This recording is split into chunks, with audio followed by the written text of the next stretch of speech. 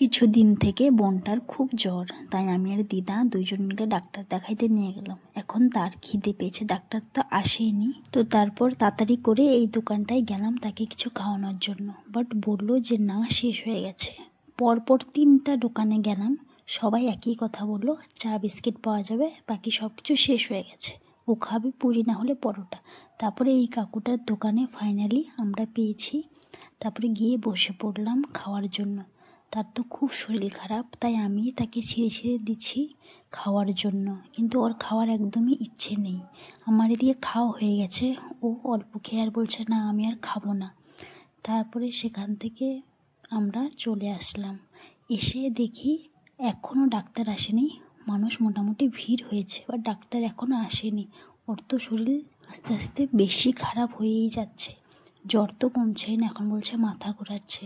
কী করবো বুঝতে পারছি।